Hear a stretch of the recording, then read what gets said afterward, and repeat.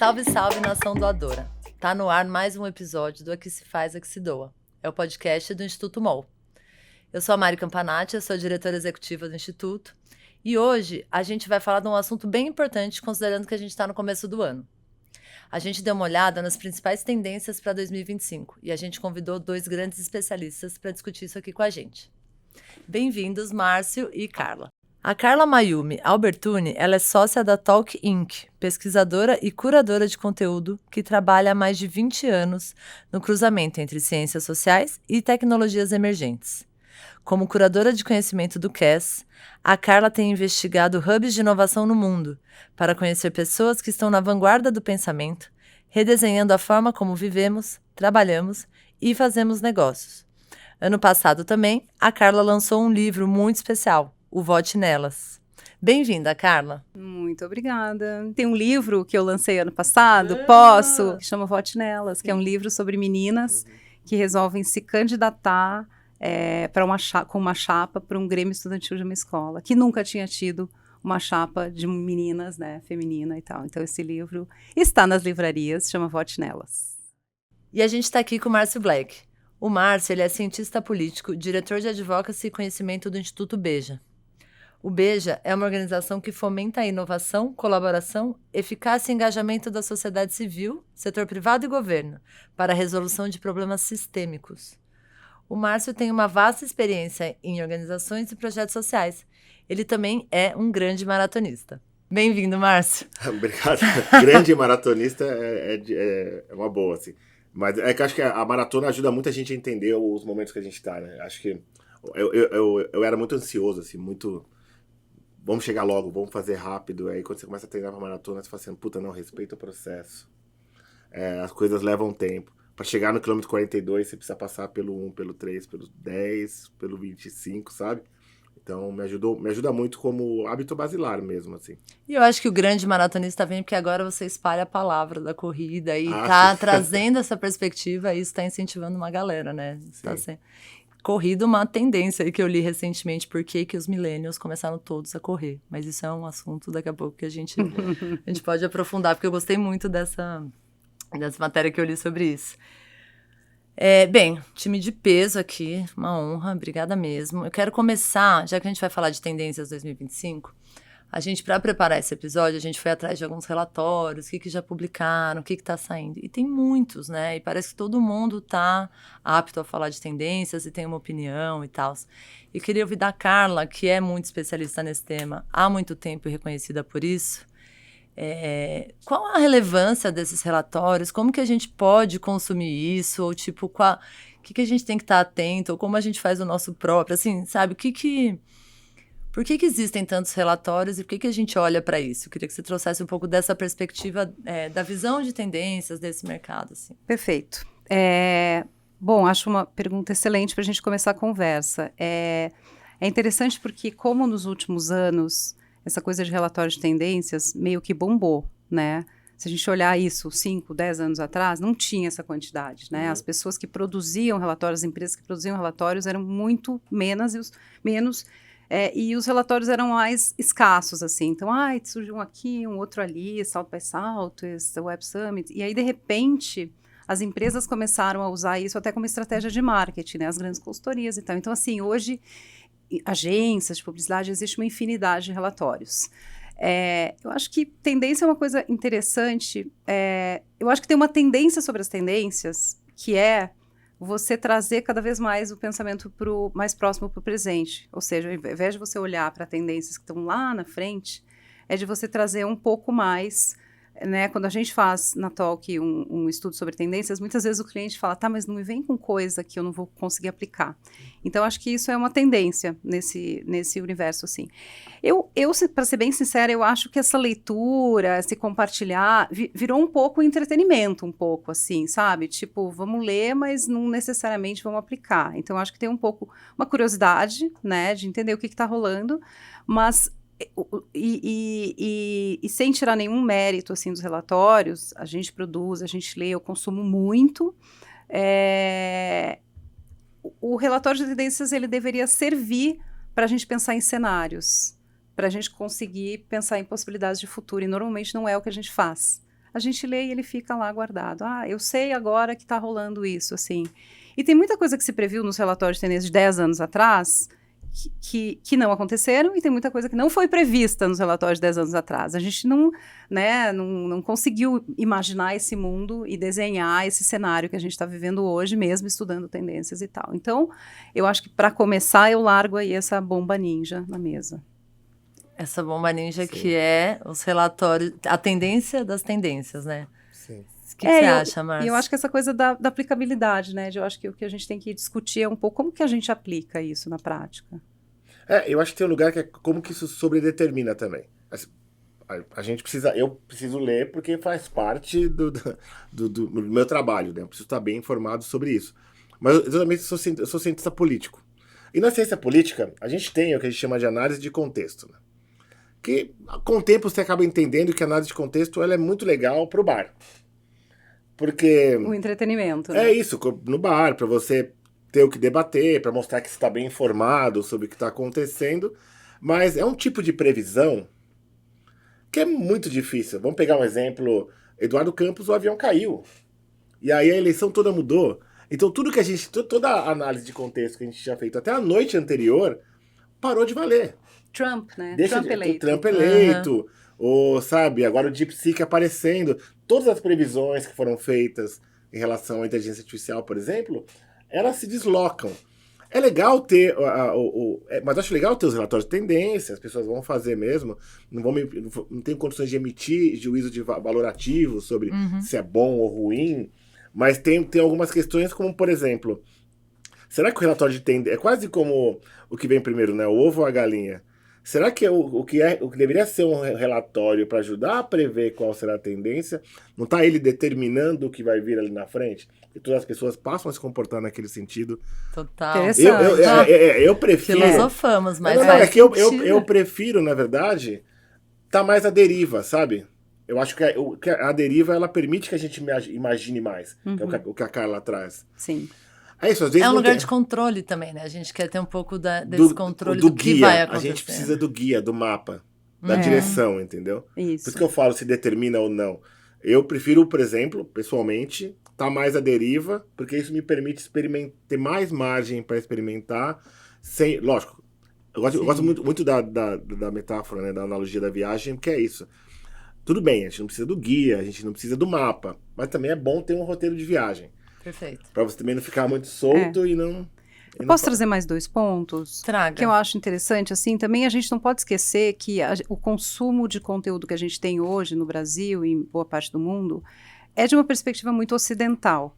Então, quem está lendo um relatório de tendência que vem da Coreia do Sul, do Japão ou da China, né? Então, eu acho que isso também é importante a gente entender que tem uma lente, e essa lente, com certeza, tem um viés, assim como teria um viés se a gente estivesse lendo um relatório de tendência que vem da China, né?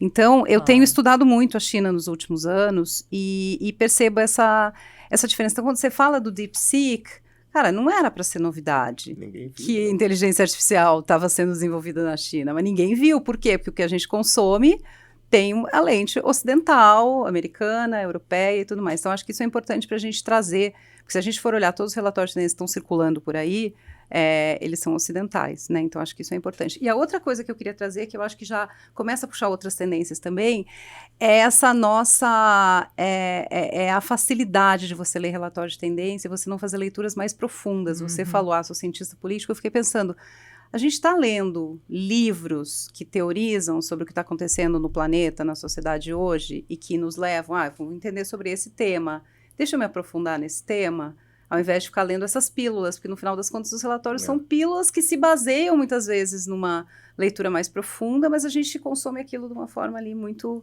às vezes, né, rápida, tal. Eu queria, a gente consultou alguns relatórios diversos, na verdade, e alguns pontos convergiram, assim, né, a gente acha, e aí dos relatórios internacionais, queria trazer que uma das principais tendências, ela diz respeito à conexão humana. Tem um relatório da Accenture, apontou que encontrar satisfação no mundo acelerado de hoje significa reservar um tempo para se desconectar e focar em atividades gratificantes e interações significativas na vida real.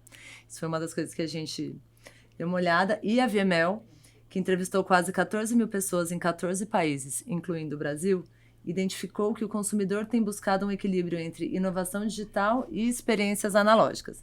Então, eu queria ouvir um pouco de vocês, assim, como que vocês veem que as organizações estão se adaptando a isso, a esse modelo híbrido de consumo ou até de existência mesmo, e se vocês têm sentido isso no dia a dia do trabalho, como isso reflete também com tudo isso que a gente viu agora das big techs também, e das redes, e Meta, etc., e todos esses acompanhamentos nas redes, essa tendência de estar talvez mais presencial, mais pertinho, faz sentido, não faz, a gente perde, a gente ganha. A gente tem umas 2 horas para falar sobre isso. Tem! Vai lá, Né? Você quer começar? Vou cortar 15 partes do roteiro aqui, eu vou porque rapidinho, é isso, porque né? aí eu deixo a cara, que eu acho que ela... Eu acho... hoje eu tô na filantropia, mas assim... essas questões estão colocadas. Por exemplo, o BEJ é uma organização super nova, a gente não tem cultura institucional, a gente acredita que, por exemplo, para você construir cultura institucional, você precisa estar presente. Mas eu acho que, para além dessa perspectiva da nossa organização, falando agora em termos mais gerais, faltam espaços realmente, eu acho que... eu vou falar de vários lugares diferentes aqui. Por exemplo, eu sinto realmente falta desse que a Carla trouxe um pouco antes, que é desses espaços de troca e formulação, sem necessariamente ser encaminhativo. De sentar e devagar, e, sabe, o flaneira, tipo, tentar conversar. Como que você tá lendo esse livro? E ir embora para casa. Esses espaços que a gente tinha muito, é que eu e a Carla, a gente se conhece há muito tempo, e a gente vem passando por espaços diferentes, presenciais, de formulação, de conversa, e aí você testa a bancada ativista, aí você testa, sabe, coisas diferentes. Uma atividade na Paulista para falar de política. Isso, saca? Sim. Criam infraestruturas como o Pacto pela Democracia, aparecem a partir dessas movimentações. Então, eu sinto falta do presencial, porque é o lugar onde a gente pode experimentar e trocar. E é onde também a gente pode olhar para o associativismo. Ele não vai acontecer 100% via digital. É impossível isso. Porque a confiança, ela é assim, você precisa conhecer, tá aqui, criar vínculo de confiança é muito difícil. Então eu acho que a gente vai encarar uma geração, e a base do ativismo é a confiança. E da cultura de doação também, né? Exatamente. Esse lugar eu vou doar para quem eu confio, para aquele lugar que eu já participei, para aquela galera que eu vejo o trabalho acontecendo. Exato. Então, quanto mais... Então, eu entendo esse desafio que a gente tem hoje, mas tem um desafio colocado para o campo da filantropia em particular e para o campo das organizações da sociedade civil, porque elas precisam ser um pouco ativistas também. As pessoas precisam estar um pouco engajadas nas causas que elas defendem. Então, vem toda uma geração que não tem essa vivência, essa sociabilidade construída dentro do ativismo e tudo mais, e que, pela natureza, né, porque elas nasceram durante a pandemia, começaram a trabalhar durante a pandemia. Elas não têm uma experiência de trabalho que não seja a remota. Quando a gente vai para a organização da sociedade civil, eu acho que numa grande corporação de tecnologia talvez funcione 100% digital, todo mundo, cada um, os nômades digitais, né? Mas já vou só para não me alongar muito aqui, mas eu acho que o presencial ele é fundamental, porque a base do associativismo, do ativismo, ele é olho no olho. A gente tem que ter espaço de troca. E aí eu já vou puxar, eu acho que uma coisa que é bem significativa, assim, que acabou de acontecer, está acontecendo, que é a lei de as crianças não poderem usar celular na escola. Porque eu acho que a gente começa na infância, né? Eu acho que a preocupação... E aí tem esse livro Geração Ansiosa, né? Do Jonathan Haidt. Não li o livro, só li artigos sobre, tô louca para ler, mas a gente sabe, né, de tanto ler, já sabe um pouquinho ali do que são as principais ideias dele e tudo mais. E aí eu acho que o projeto inaugura, talvez, né, e ele é super pioneiro, ele é pioneiro aqui no mundo e tudo mais, porque é isso, se as crianças, né, a cena que o pessoal descreve você vai numa escola e estão as crianças desde as pequenininhas, sem brincar, sem se olhar, sem conversar, sem trocar. E a gente ainda não tem muito bem a dimensão, porque isso ainda está acontecendo, a gente não tem o futuro para olhar para trás e dizer, olha o que aconteceu com essas crianças, mas tem estudos já começando a mostrar que isso é um problema que vai gerar problemas no futuro, de a gente criar gerações disfuncionais emocionalmente, né? Porque o relacional, a inteligência relacional é uma das inteligências que a gente precisa ter. né? É uma das 7, 8 tipos de inteligência que a gente tem. Uma delas é a relacional. E a gente começou, eu acho que as crianças que viveram a pandemia e o pós-pandemia já vieram no pós-pandemia. A minha filha, na escola da minha filha, depois da pandemia, a coordenação estava estudando muito isso de perceber que as crianças voltaram com problemas de resolver conflitos, pequenos conflitos, né, internos ali na sala, porque elas, nesse 1 ano e pouco, né, que ficaram ali desconectadas, elas começaram a aprender, porque foi uma fase, que é justamente uma fase onde você estaria praticando isso. Então, acho que muito legal que a gente está com esse projeto, né, projeto aí da nossa deputada Marina Elou, né. Os recreios voltarão a ser barulhentos, né? Exatamente. Então acho que a coisa começa aí, assim. Eu acho que a gente ainda está vivendo o meio da história toda. A gente está no meio do olho do furacão aqui, aprendendo, né? Então, assim, hoje eu vejo as coisas muito radicalizadas, assim. É o detox digital, então eu vou sair de tudo, eu acho que a gente agora que está começando a aprender, a desenvolver os gadgets também, né? O aparelho de celular, não sei se vocês sabem, um amigo nosso, o Pedro Teles, ele fez um teste de comprar um celular que é um celular com menos funções, que não está aí para vender no Brasil ainda, mas que eu diria que é uma tendência. Eu quero um celular que não me ajude, que me impeça de ficar ali, porque ele tem menos recursos, né? E eu faço parte de um grupo de detox digital, né? Onde a gente conta quantas horas cada um preenche um forms lá. Quantas horas você ficou na tela hoje? Quanto tempo no Instagram? Quanto tempo? Então, assim, eu acho que a gente está no momento de se autoconhecer, de compartilhar essas histórias, que é meio Alcoólicos Anônimos, assim, né? Sim, é meio isso, todos assim, viciados. Né? Estamos todos viciados, né? Eu li um post super interessante de um artista hoje que ele fala, e agora a gente carrega o vício no bolso, né? Ele falou no começo, Sim. na internet, não sei o que, agora hoje ele está ali à disposição o tempo todo, assim. Então, e eu acho que a gente está vivendo essa transição, e eu espero que a gente, daqui um tempo, aí, a gente vai ter aprendido, vai ter uma tecnologia mais responsável, Sim. que é super necessário, pouco se vê movimentação nesse sentido, porque, enfim, as big techs, né? Mas eu acho que a gente vai aprendendo a fazer essas pílulas, assim, né? Deixa eu entender um pouco melhor, será que meus filhos, né? E, às vezes, eu acho que eu estou falando de uma perspectiva muito bolha, porque eu também, quando vou num restaurante e tal, eu não vejo muito crianças fora do celular, assim, não sei se vocês percebem. Eu não acho que é uma coisa massiva das pessoas terem essa preocupação e dizer, não vou dar um celular para minha filha enquanto ela está almoçando no restaurante, a criança de 5 anos. Eu acho que isso é uma coisa de uma bolha, sim, mas eu sinto que a gente está começando a ter muitos reflexos, aprendendo como isso tem sido prejudicial, aprendendo ainda o que aconteceu pós-pandemia, né, que a pandemia afetou essas crianças e essas famílias. A gente que estava com criança em casa, a tela foi um recurso fundamental. Então, se você não tem rede de apoio, se você está ali tentando vencer o seu dia a dia, aquilo ali é um recurso, né? Então, agora a gente está tentando entender se isso se te ajuda a curto prazo, mas a longo prazo isso pode ser muito pior, né? E a gente agora, na escola, poxa, é um ganho incrível mesmo, né? Outra história. E a gente, né? Acho que a geração, acho que todo mundo aqui é X, né?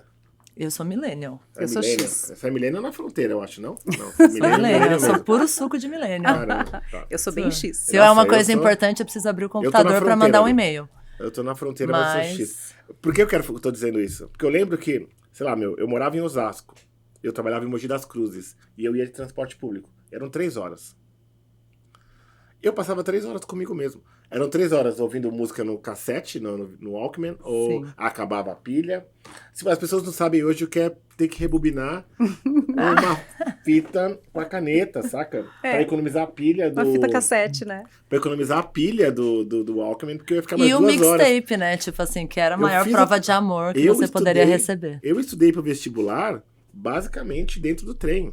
Sim. Eu lembro porque eu voltava de Mogi, parava no cursinho da Poli, ali na Lapa. Então, era muito tempo. Então, quando eu vejo hoje a galera falando do mindfulness, sabe? Eu falo, a gente era obrigado. Você ia no banheiro? Você ia no banheiro. Você tava no trem? Você tava no trem. Não tinha, sabe? Tô esperando um amigo no parque? Você tá esperando um amigo no parque. Aí, no máximo, você tá lendo uma revista, ou você tá lendo um livro. a gente tem uma outra experiência em conviver com a gente mesmo, saca? Que eu talvez seja... Eu fiz essa conversa ontem. A gente às vezes fala sobre o digital e a gente sempre olha para o uso. E o uso, ele vai mudando ao longo do tempo. Nós vamos ter diferentes usos. Por mais que você tenha uma baita legislação hiper completa, sempre vai ter alguém que vai fazer um mau uso e vai dar um jeito de burlar a lei. Sim, até a lei acompanhar também as transformações que são muito rápidas. E se a gente olha primeiro para os princípios e para as éticas que guiam o nosso comportamento em relação àquilo, a gente vai saber também estabelecer os contornos e criar essas fronteiras, sabe? Eu vejo isso em casa, sei lá, eu pego um livro para ler, minha mulher pega um livro para ler, a Estela pega um livro para ler. E fica lá assim, deitadinha do nosso lado. Eu vi até uma matéria que as crianças hoje em dia, na nossa época, aquelas, né, pra não ficar muito nostálgica, mas só... a gente quebrava braço, quebrava perna, né? E hoje em dia não se quebra, não tem. Você não vê as crianças engessadas, sabe? Assim, porque as telas deixaram um ambiente muito mais controlado. Sim, sim. Então, de fato, assim, né? Eu não sei se você... Eu era bem arteira, quebrei vários pedaços em vários momentos. Eu subi bastante em árvore também. Exato. E hoje em dia isso não... Mas, enfim. Eu acho que isso é, obviamente, uma tendência, né? Esse detox, talvez, digital. Vários detox, né? As gerações atuais, elas estão mais... com menos ânsias do que nós estávamos em muitas situações, assim, né? Detox esse lugar de eu sou jovem hoje, então tenho que viver tudo hoje, né? As coisas ficaram num outro ritmo, assim. Há 10 anos que o campo progressista vem reagindo, né? E tem muito esse debate sobre as redes sociais, né? E os ambientes digitais.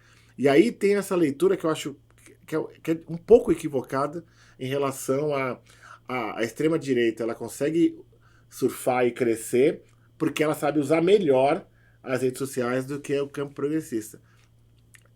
Eu acho que é acertado, mas também é equivocado, porque o que acontece? Quando a galera cria clube de tiros, o clube de tiro não é só o clube... Já é problemático por si só, por ser um clube de tiro. Mas não é porque eles querem que as pessoas vão para lá atirar. É um espaço de formação política e de sociabilidade, onde você cria vínculos de confiança. Assim como algumas igrejas evangélicas, assim como... Eu fui descobrir isso durante a pandemia ali, a galera maromba, tipo, assim, isentaram o whey protein, assim, zeraram a alíquota de whey protein, e todo mundo, o cara é louco, que ele tá zerando a alíquota de whey protein? Aí você vai entender, tem toda uma base social dentro das academias que era eleitor dessa galera. E aí eu vejo uma live de um influenciador maromba, assim, desses caras do fisiculturismo, com um candidato, e tem lá 2 milhões de pessoas assistindo ao vivo. Quer dizer, então essa estratégia entre o presencial e a construção de vínculo de confiança e o lugar. Porque, assim, eu sou muito defensor da gente voltar a construir espaços de troca presencial, de conversa, olho no olho, com as crianças correndo, não tem tela. Os pais... Lembra, na vilinha, eu levava a Estela nas reuniões da bancada ativista. As crianças estavam ali. E você cria o vínculo, né? A Anne Rami levava os filhos de bicicleta. Sim. E as crianças ficavam ali esperando e brincando e convivendo. E aí, só porque eu também acho que a gente tem um compromisso ético também. Muitas vezes estratégias, elas não necessariamente estão atuando só no campo ético, quando é estratégia de rede social, como você chega, a matéria que você escreve, o que você publica, né? Claro. Então, tem mais tem essa estratégia também. Sim. Mas sim, eu sou muito, muito pró-encontros presenciais cada vez mais. Entendo que isso é um lugar também de privilégio na correria do dia a dia, dos trabalhos, como a gente consegue. Mas é totalmente diferente, né? E cultura de doação é olho no olho mesmo, assim, porque é a confiança. A gente tem falado muito aqui no Instituto MOL como a gente consegue trabalhar com a galera que está no território. E, tipo, ter o micro-influenciador de um território, porque ele vai ter o vínculo de confiança, que é o encontro presencial, com quem é o potencial doador, com quem está gerando a transformação no próprio território ali, porque tem a ver com isso, né? Às vezes a gente está... olhando tudo realmente através de um prisma assim, que é muito distante e não conecta com a nossa realidade, né? Eu quero trazer 4 tendências. Posso trazer um ponto aqui? Você pode tudo, Márcio. Não, agora é que caiu tudo essa... Não, mas caiu essa bigorna aqui, porque a Carla fala no começo, né, de que os relatórios, eles são muito ocidentais, né? Eles estão muito pautados, agora, muito corporativos e muito ocidentais. E você traz um outro elemento aqui, que é E é sempre das regiões centrais, né? E a gente sempre perde as tendências dos territórios. Total, A gente pipa, perde o né? passinho, Vamos a gente citar. perde o pancadão, a gente perde a pipa. A gente perdeu lá em 16, a gente perdeu o movimento secundarista. Uhum. Essas coisas que estão nas franjas, que estão nas periferias e que são Que invisíveis, mobilizam, e que são né? invisíveis também para quem formula, escreve, redige esses relatórios. Completamente invisíveis. Então, sempre olhar, acho que uma tendência da tendência seria olhar, assim, na verdade, eu vou te plagiar aqui, olhar para as tendências que também emergem das periferias e de movimentos que estão nas franjas, né? Estão nas fronteiras. Perfeito. Tem uma newsletter que eu gosto demais, assim, depois não sei se vocês põem link também, que chama Rest of the World, né? O resto do mundo. E eles falam continente africano, eles falam da Ásia, falam da América Latina. Então é uma perspectiva bem um pouco assim do que tem se chamado do Sul Global, assim, interessante. E crítica, investigativa e numa qualidade de jornalismo assim incrível. Newsletter, eu acho um formato que funciona muito. Sim. Não, eles têm um site, né? Mas eu, no caso, assino a newsletter. É muito legal. Sim. Eu vou contar 4 tendências que a gente identificou, porque eu acho que a gente já até passou por algumas delas. E aí, só para dar um caldo aqui, porque eu tô aprendendo muito com vocês. A gente viu desses relatórios algumas tendências que é, por exemplo, a busca por uma curadoria humana para filtrar os conteúdos digitais. Acho que as newsletters estão muito nisso, né? Uhum. O poder da narrativa para construir confiança. Então, boas histórias que mobilizam. Nem vejo isso como tendência, mas como, mais uma vez, atestando isso. A personalização das mensagens. E aí, eu acho que tem um acontecimento no Brasil esse ano, que é a COP25, que traz uma tendência que conecta com a gente, que é esse lugar do olhar para o clima, não olhar mais para a natureza, mas olhar com essa perspectiva do clima. A gente tem situações emergenciais cada vez mais frequentes, tendo que ter respostas mais rápidas, e isso tem impactado muito o nosso campo também. Então, joguei aqui essas tendências para comentários. Você começa. Com você. Eu vou, acho que sobre clima, eu tenho pensado uma coisa interessante, que é essa coisa da gente assistir a essa crise e o que está acontecendo, assim. E eu fico pensando um pouco aonde isso vai nos levar e o que isso constrói, de fato, né? Então, e aí tem a ver com as redes sociais, né? É muito interessante que a gente começa a enxergar isso. Eu tenho muito medo disso virar uma coisa que daqui a pouco vira paisagem, assim, sabe? Uhum. Porque aí você vê, quando a gente está vivendo aqui enchentes, mas também está rolando enchente no Oriente Médio, não sei, e você vê aquelas cenas, as cenas dos incêndios agora lá em Los Angeles, assim, e de repente passa, né? Não está mais na rede social, a gente parou de enxergar. Então, assim, isso é uma coisa que eu, enfim, tenho pensado um pouco mais nessa correlação, assim, entre o consumo de conteúdo sobre isso e que opinião isso vai formando sobre a crise do clima nas pessoas. Então... É como se a gente começasse a normalizar tragédias, assim, né? Acontece mesmo, né? E isso é péssimo. Pois é. Não sei se chega a ser uma normalização, mas eu comecei a refletir um pouco sobre isso depois que a gente começou a assistir essas coisas todas e tal. E o quanto que aí tem esse gráfico aí de quando você vive uma crise, qual que é o gráfico do falar sobre a crise. Eu li esse gráfico, li sobre esse gráfico durante as enchentes, né? Sou gaúcha e tal, estava aqui em São Paulo, mas vivi muito próximo, assim, de pessoas, né, que viveram isso, e todo mundo falava, aproveita agora para falar sobre isso, para botar a lente, porque depois vai passar, ninguém mais vai falar sobre isso, e a crise continua, mas né, a gente perde essa história, ela fica pela metade, a gente não vai até o fim, a gente não está sabendo o que ok, e agora, né, se falou tanto, né, do governador, do prefeito de Porto Alegre e tudo mais, e se cobrou, e hoje essa notícia desaparece, mas a crise continua. E assim como pode vir outra lá no Rio Grande do Sul também, assim como vai acontecer, e agora a gente está começando a viver isso mais de perto aqui em São Paulo. Então, assim, eu acho que é uma coisa que eu tenho refletido um pouco, e no fim isso tem a ver com narrativa, né? Você falou da narrativa, tem a ver com narrativa, como é que essas narrativas estão sendo construídas, assim, e o quanto que faltam narrativas propositivas, né, para a gente olhar para essas crises, assim, porque é isso, pensando na enchente do Rio Grande do Sul, como que a gente consolidou os aprendizados? Houve aprendizados? As pessoas aprenderam coisas, as cidades aprenderam coisas, o Estado aprendeu coisas, né? Onde estão esses aprendizados? Eles existem? Então parece que a gente está vivendo, mas não tá consolidando assim esses aprendizados, né? E também não está construindo narrativas que falem de resiliência, que falem de beleza, então porque são coisas simples, né? O que você deve fazer se acontecer uma enchente na sua cidade? Isso deveria ser uma coisa que a gente deveria já ter a cartilha na mão. Todas as cidades do Brasil deveriam ter. Por que a gente não constrói isso, né? Então, acho que são umas reflexões que cruzam um pouco essa coisa de narrativa e o que eu tenho pensado sobre o clima. Eu vou pegar a partir daquela cara atrás, que eu acho que a narrativa, assim, eu acho que qual que é a nossa capacidade de imaginar um outro futuro? Uhum. Desculpa, vai parecer que eu tô insistente nesse negócio. Não, mas eu acho que a imaginação é a nossa grande ferramenta. Isso, qual que é a nossa capacidade hoje de imaginar futuros?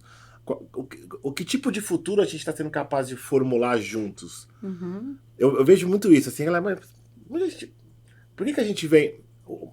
A gente tem uma galera, a extrema-direita, que eles têm um plano. É um plano de destruição. E o plano deles está sendo bem sucedido. O nosso plano, que é um plano que olha para a vida, para a existência, qual que é o nosso plano? O que a gente vai fazer junto? Onde a gente quer chegar? Falta essa perspectiva. Porque hoje, eu gosto muito desse lugar, que a gente não está vivendo uma crise que é uma crise relativa às redes sociais, o digital. É uma crise econômica. Que são crises que são transacionais, né? Aí você vai lá e regula, aí a economia melhora, o PIB cresce. Quer dizer, são crises que são transacionais que a gente consegue ir resolvendo. Eu gosto muito de ler o momento que a gente está vivendo hoje como uma grande crise existencial. É uma crise e é existencial. A forma como os seres humanos viveram até hoje, talvez cesse de existir. A nossa subjetividade é formada, a forma como a gente pensa, raciocina, vai mudar com a inteligência artificial. A nossa relação com a realidade vai mudar com a inteligência artificial. A forma que a gente mais consolidada e aterrissada que a gente tinha para moderar conflitos, que é a democracia, também está em crise.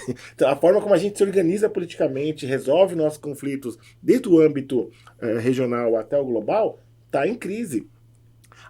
O clima, o planeta está em crise. Quando a gente fala de clima, não é só Porto Alegre, o mundo inteiro está em crise. A nossa infraestrutura está em risco, saca? E se a gente não mudar esses outros dois pontos, a gente não vai resolver o clima. E tem um outro lugar que o extremismo de direita, ele traz um lugar que nenhuma diferença será tolerada. Então, LGBTQIA+, pretos, pretas, mulheres, tudo isso, tá? Então, não é uma coisa isolada. A gente precisa sentar e conversar junto sobre como que a gente resolve essa grande crise. Como que a gente resolve essa parada? Porque tá tudo... Nossa, te ouvindo, assim, conectando a vontade de fazer um relatório de tendência, assim, porque o que vem antes, né, o ovo e a galinha. Se a gente cria um relatório e a gente corre atrás desse relatório, qual que seria esse relatório desse futuro possível, né, que a gente imagina, pra gente correr atrás dele, né, e pensar nessas referências outras, né, Sim. que não são as que estão sendo feitas pelas mesmas pessoas desde sempre, que não tá nos levando num lugar... próspero, digamos assim, né? Que relatório seria esse? Como que a gente poderia imaginar isso? Legal, hein? Vamos pensar nesse relatório. Instituto MOL, vamos pensar nesse relatório. Márcio, trazendo essa questão da inteligência artificial, depois, claro, né? A gente terá episódios sobre isso, mas assim, o Beija está trabalhando muito com inteligência artificial dentro do nosso campo de atuação, assim, né? Tem aprendizados que você sente desse lugar, assim, dessa imaginação de futuros possíveis, esse lugar de para onde a gente pode ir? Eu vejo aí com foco na filantropia, mas a gente pode extrapolar isso para a sociedade, que é o Filantropando, né? Que é uma ideia que a Cris carrega há muito tempo, e o Filantropando é o lugar onde a gente, os convidados, a curadoria, toda ela ajuda a imaginar esses futuros possíveis, né? Tanto que o último foi isso, futuros possíveis. Quais são os futuros que estão colocados pra gente nesse sentido? Então aqui eu até, não sei se já convidaram ela, mas seria bom convidar, legal, já tô aqui indicando gente, que é a Graça Sleiman do Instituto Toriba. Sim. Porque o trabalho todo do Instituto Toriba é como a gente pode criar ferramentas para imaginar futuros, sabe? Como que a gente pode usar muito alinhado com o lançamento de vocês. Aliás, parabéns da pesquisa. Obrigada. Parceria com a Talk. Exatamente. Instituto MOL e Talk se amaram e nasceu o nosso baby. Como que, por exemplo, a cultura pode ser um vetor para aguçar essa percepção de imaginação? Como que ficção pode ajudar a gente a criar, pode criar um espaço de imaginação também? Se a realidade está muito dura, vamos vamos deslocar para a ficção. Então, acho que tem muita conversa aí. Em relação à inteligência artificial, a Carla, aliás, parabéns também pelo relatório de vocês sobre inteligência artificial, sim, que é muito bom. Aí vocês todos os links a gente vai pôr no episódio. Realmente é muito boa, porque sai desse lugar corporativo, empresarial e do mundo do trabalho e traz para a realidade das pessoas no dia a dia. Então eu acho que o Beja hoje a gente está muito tateando ainda esse lugar. Eu não tenho nada para te trazer de evidência, nada disso. Mas aqui, quando a gente entra via regulação, né, que é por onde a gente vai entrar, e também, quando a gente fala de uso, como as organizações da sociedade civil podem se apropriar da inteligência artificial enquanto um potencializador do que elas já estão fazendo. Mas aí tem uma dimensão humana que eles já estão fazendo. Acho que o massa do relatório da Talk, que o Márcio citou da Carla, é que vocês olharam da relação das pessoas com a IA, e não, tipo, necessariamente como a corporação usa, como as empresas, a indústria. Aí, se você puder trazer um pouco dos insights do que vocês viram. Claro. Bom, eu acho que a primeira descoberta é que realmente os brasileiros e brasileiras estão mergulhados usando, assim, muito mais do que se imaginava, né, ou se imagina, assim. Então, eu acho que o brasileiro sempre foi, assim, early adopter, né, sempre adotou cedo as tecnologias, né, todas, né, rede social, a gente sempre foi muito, a gente assim como os chineses também são e tal. Então, a gente tem essas ferramentas, muitas delas são gratuitas, você consegue usar, e aí, combinado esse fervor aí da população aqui de gostar de experimentar novas tecnologias, junto com uma estratégia da OpenAI de disponibilizar de graça uma ferramenta, que foi uma grande estratégia para popular com dados, para eles irem aperfeiçoando os modelos, então não foi foi de graça, mas, né, foi muito intencional isso. Nunca é de graça, Nunca é de graça, né? A que preço a gente ainda não sabe muito bem. Isso combinou muito com o jeito do brasileiro, da brasileira de ser, e eu gosto sempre de lembrar um dado que 38% das pessoas universitárias no Brasil são analfabetas funcionais. E quando você vai para um chat, seja ele o GPT. Universitários? Sim, é muito chocante esse dado, né? O do INAF, não, sim. Esse dado é isso. Sim. 38 são analfabetos funcionais, ou seja, não consegue formular bem um texto, ou mesmo, né, um pensamento, porque acaba, né, as coisas estando assim correlacionadas, como você formula o pensamento e como escreve, e nem interpretar muito bem um texto. Então, quando você vai para uma ferramenta conversacional, que a gente já era o país que mais usa áudio no WhatsApp no mundo, né? Uma ferramenta conversacional, que se você escrever de qualquer jeito, ela entende. Sim. Você pode errar a pontuação, escrever a palavra errada, escrever a frase mais ou menos, assim. Então, isso teve uma aderência muito grande, assim. Então, as pessoas, de fato, elas estão usando, né? A gente viu ali que 50% das pessoas já usam alguma tecnologia conversacional, tipo um chat GPT. Gente, metade das pessoas, né? Claro que a gente falou com uma população digitalizada, mas assim, estamos falando de uma representatividade de Brasil. Vamos, todas as classes sociais, todas as idades, e as pessoas estão usando, assim. Então, é realmente uma coisa, né, bem avassaladora, assim. E aí é muito interessante, as histórias são as melhores, né? Então, para que você usa? A gente sentou presencial, a gente fez uma parte presencial, fomos para Belém, Recife, Curitiba e São Paulo. Para que vocês estão usando? E era a parte mais legal de ouvir. Eu estou usando para escrever os discursos da igreja, né? E aí a gente pensa, nossa, a pessoa está usando para uma coisa que a gente nunca parou para imaginar. Então, o legal do uso da inteligência artificial, falando especialmente da generativa, é que cada um acha a sua necessidade ali, a sua dorzinha ali, putz, isso aqui pode ser para estudar, organizar os estudos, pode ser para o trabalho. Então, gente que trabalhava com programação, que falava, eu uso para corrigir meu código, né? Sim. E aí a gente sempre pergunta, isso que você está usando para o trabalho, A sua empresa sabe que você está usando? Não. Então, assim, é muito legal porque é um uso que está se desenvolvendo de forma orgânica.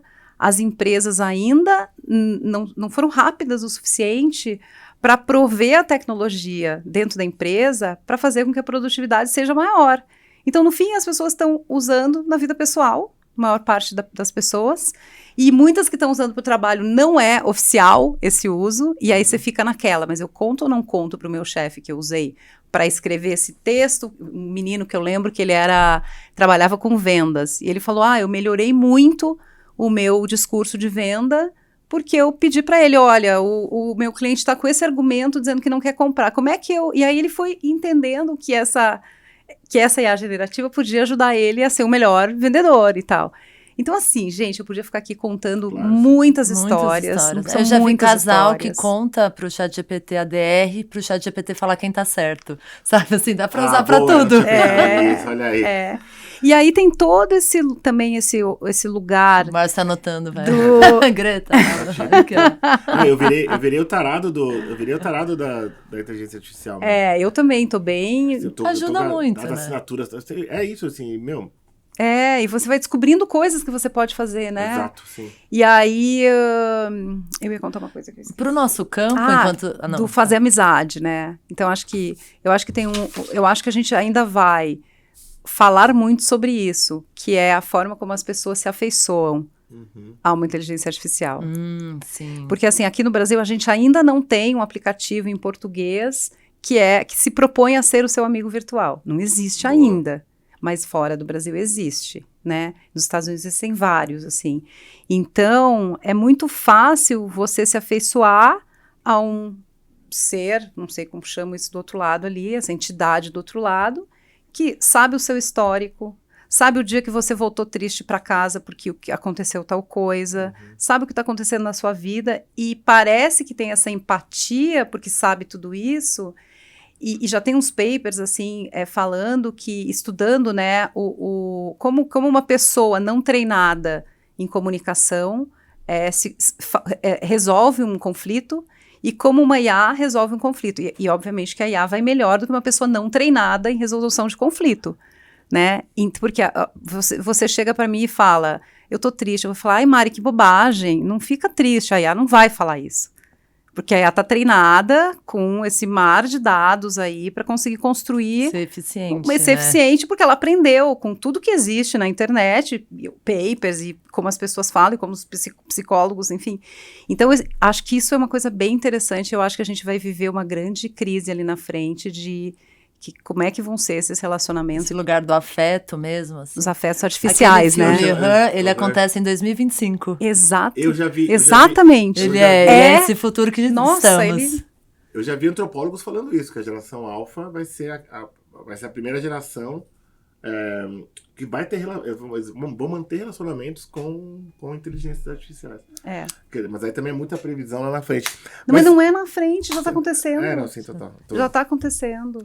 Tem um lugar que também que eu acho que quando a gente olha para o nosso campo, em termos práticos, assim, pode ajudar, por exemplo, a prever padrão de doação, sabe? Pode ajudar em processos internos da organização, em avaliação de projeto. Mas tem um lugar que... Relatórios de impacto, né? A gente tem que usar para essas coisas, porque a gente sabe que no terceiro setor, a organização está ali no corre do dia a dia, e às vezes para tudo para fazer um relatório de impacto para um parceiro e, assim, aproveitar a inteligência artificial para otimizar o tempo, né? Isso e tem um lugar que eu acho que aí é uma das tarefas da filantropia. A gente nunca pode esquecer que a gente vai falar de sistêmico, todas essas coisas. Mas no final do dia, a tarefa da filantropia se mantém, que é garantir que as pessoas fiquem vivas e fiquem bem. Mudam as estratégias, mas a tarefa, né, o papel, né, ético da filantropia é esse. Enquanto nos espaços empresariais corporativos a inteligência artificial ela aparece enquanto um otimizador da produtividade, as pessoas estão trabalhando mais. Sim. O quanto na filantropia a ideia é trabalhar menos, sabe? Exato, você conseguiu ganhar tempo, você não substituir. Isso, a gente não pode entrar, assim, então o tempo que você ganha Você vai ler um livro, você vai passear, você vai correr, vai fazer uma atividade física. Vai fazer um encontro presencial. Faz um encontro presencial, para clube de livro, de leitura, sei lá. Treinar para uma maratona. Então, a filantropia pode, né? realmente. Na filantropia, o uso da inteligência artificial pode liberar tempo, em termos de produtividade, Sim. que pode ser usado para esse lugar presencial que a gente estava falando lá no começo. Sim, perfeito. Acho que tem um lugar interessante aqui. Gente, maravilhoso. A gente está chegando, assim, no nosso tempo. Aí eu queria pedir recados, assim, desse lugar do que vocês já refletiram, do que a gente já discutiu, mas que vocês estão sentindo que pode colaborar com o nosso campo. Um recado final, assim, alguma coisa estar atento para 2025. O que fica? Tudo que a gente está vivendo hoje diz relação a relações de poder. E é muito fácil se apaixonar pelo poder. Na relação de poder com o filho, na relação de poder com os companheiros e companheiras, no trabalho, na própria filantropia, né? Esse monte de dinheiro que a gente tem na mão e que a gente decide para onde vai. Então a primeira coisa é não se apaixonem pelo poder. É fácil. E foi isso que trouxe a gente até aqui. Como a gente abre espaço para diferença, sabe? E como a gente pode fazer isso? A gente tem que parar de pautar as existências pelo que falta. Sabe? Eu acho que a potência está, na verdade, no que a gente pode construir junto. E a gente dá muito valor pro que a gente tem também. Sabe? A gente tem muita coisa para entregar, tem muita coisa muito legal já acontecendo. Aí que tá, o lance da tendência é esse. A tendência, às vezes, ela fala sobre o que a galera acha que falta. E sempre vai faltar alguma coisa. Né? Que é aquele debate que os pós-estruturalistas fazem, né? Do desejo e o prazer. O desejo, se você deseja muito, o desejo ele é pautado pela falta. Sim. Sempre vai faltar alguma coisa. O prazer é assim, vamos viver o que a gente está vivendo? E da melhor maneira possível? Sem nos preocuparmos, acho que a Carla trouxe isso muito bem, né? Como que a gente realiza no presente essas coisas que a gente está imaginando também? Então a gente fica projetando, só vai ser possível quando tiver... Não, já é possível, vamos fazer com que dá. Acho que é um pouco isso, não sei se... Pareceu meio guru do Gugu, na verdade. Não, achei... Mas eu acho que tem eu um lugar aí. Eu sempre trago, assim, a cosmovisão indígena, ela traz muito isso, né? Da gente querer viver no futuro e, na verdade, já está acontecendo. Daniel Munducuru fala, né? Que se você perguntar para uma criança o que ela quer ser, quando ela crescer, ela tem uma resposta, eu quero ser vô. Né? Tipo assim, não tem esse lugar, né, do viver. É presente, você já está acontecendo. E a Angela Davis, que falou também na posse que aconteceu nos Estados Unidos recente, que é a lot more is happening, né? Muita coisa está acontecendo. Então, vamos olhar para o que a gente quer, de fato, por foco, entender que ali é um futuro possível que a gente quer correr atrás, dar visibilidade para aquilo, né? Ampliar essas vozes. Maravilha. Eu acho que a gente tem que... Pensei em duas coisas aqui. Eu acho que a gente tem que se educar com relação à tecnologia. A gente tem que entender que, né, acho que essa frase a gente vai estar ouvindo cada vez mais, assim, não é que a tecnologia vai roubar o teu emprego, mas é uma pessoa que sabe usar a inteligência artificial que vai tomar o teu lugar, assim, né? Então, acho que a gente tem que se educar não só por causa disso, né, com medo de perder o emprego, mas porque, assim, já está desenhado que o futuro vai ser esse. E aí eu acho que tem uma coisa da inteligência artificial que a gente está vivendo muito, esse hype da IA generativa. Mas tem tanto mais que a inteligência artificial está fazendo e pode fazer para resolver questões do clima, para fazer a gente consumir menos eletricidade, né? Enfim, é uma lista de coisas assim que já estão acontecendo, são mais invisíveis, porque elas não são isso que a gente vive aqui, mas é o que as indústrias estão desenvolvendo. Né? Então, assim... Essa cidade que a gente vive poderia ser muito melhor se a gente usasse inteligência artificial em vários territórios, assim, né? Então, eu acho que para além do hype, é entender, né? E se educar um pouco, o que está acontecendo aqui, né? É difícil, mas eu acho que a gente precisa ter esse olhar, assim. E a outra coisa que eu também... bom, eu já falei, vou repetir, né, são 3 coisas, então eu acho que entender que a gente vive dentro de uma narrativa ocidental e que existem outras, né? Quando eu estive na China ano passado, 2 vezes, e quando você está lá, gente, tudo que está acontecendo aqui, é outro mundo. Eles não estão sabendo de nada. Eles estão sabendo o que está acontecendo lá, no Sudeste Asiático, na China, no Sudeste Asiático. Então, assim, esse outro lado do mundo inexiste quase, assim, né? Então, a gente faz a mesma coisa. A gente não sabe nada da história da Ásia, né? Então, eu acho que... E aí vou trazer também, acho que a África também, a gente olha muito pouco, né?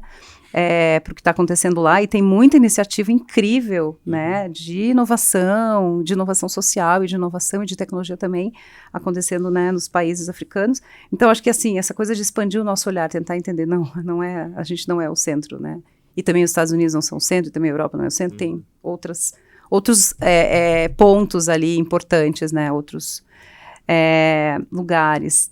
E eu acho que a gente tem que cuidar muito das nossas crianças, assim. Cara, eu não consigo pensar em futuro sem cuidar e ouvir, eu acho também, né? Eu acho que a gente tem uma tendência pais, mães, né, a achar que a gente sabe muito mais e às vezes a gente não sabe, ou a gente tem que se colocar num lugar de escuta, assim. Eu acho que vem muita sabedoria dali e a gente tem que ouvir e conversar para entender o que está acontecendo também, né? Mas se colocando num lugar, assim, de igual, assim, né? Não deixa eu entender e não ser só aquela pessoa que está ali dando as ordens, dando as regras, né? Você faz isso, você faz aquilo.